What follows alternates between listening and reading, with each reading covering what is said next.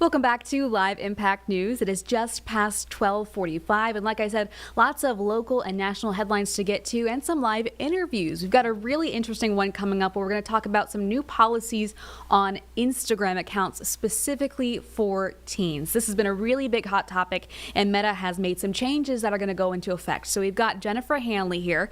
She is head of safety policy for Meta, and she's going to walk us through these changes. So Jennifer, thank you so much for joining us. I know that this is something people are really, really interested in. What can you tell us?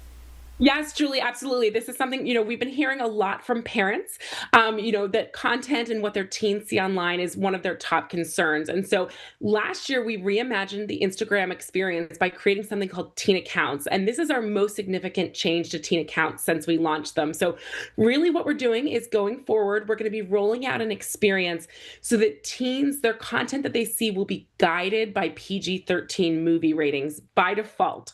So if they're under the age of 18, that's really what parents can have in mind for the type of content that they might be seeing. There's more stuff that we're going to be filtering out for them. And if they want to change out of that experience, they're going to need their parents' permission to do that.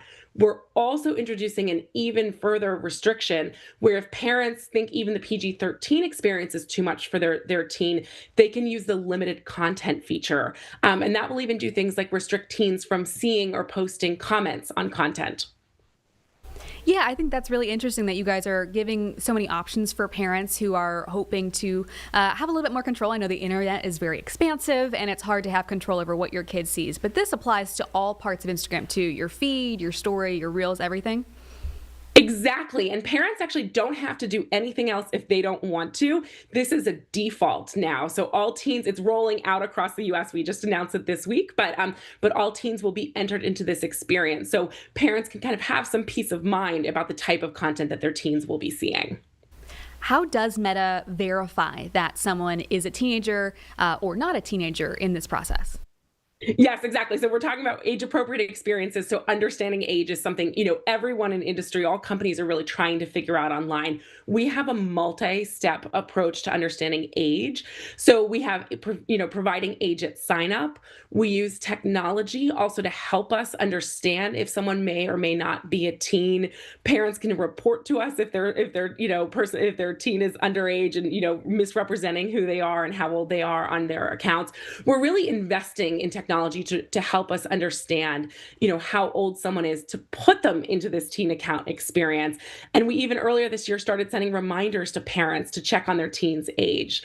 We also have been advocating for legislation that would help all companies and developers like us understand age through the App Store, kind of getting a signal from the App Store, one place to get that age and send that out to developers. Again, we want to make sure that teens are put in the right experience. And so with these content defaults, with the other protections that we have with teen accounts, understanding age is really important and helpful. I'm someone who typically works on the legislation side of reporting, so I know how slow and tedious that process can be. What are those conversations like so far? And is that at the national level, or are you guys working more with states? It's actually been both. So there are two federal bills that have been introduced that kind of take this App Store approach.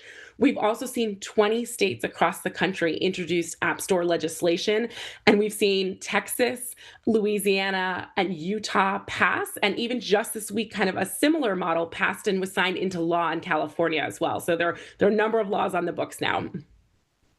And what are you hearing from parents? I know that we've talked about some things they can even opt in to make it more catered to their child. What are the things you're hearing that have made you guys decide to do this in the first place? Yeah, we consistently heard that parents' top concerns were the type of content their teens are seeing online. They were worried about unwanted contact and how much time their teens are spending online. So our teen account, those built-in protections are really meant to address those concerns.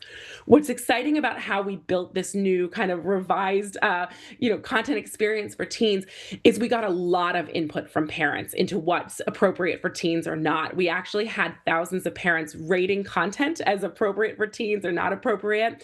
I think they looked at about 3 million pieces of content, and there'll be ways for parents, if they're supervising, to continue to give us feedback on content. 3 million pieces of content. How do you control a study like that? That is so expansive. It's really, we wanted to hear from parents to make sure that we're getting it right.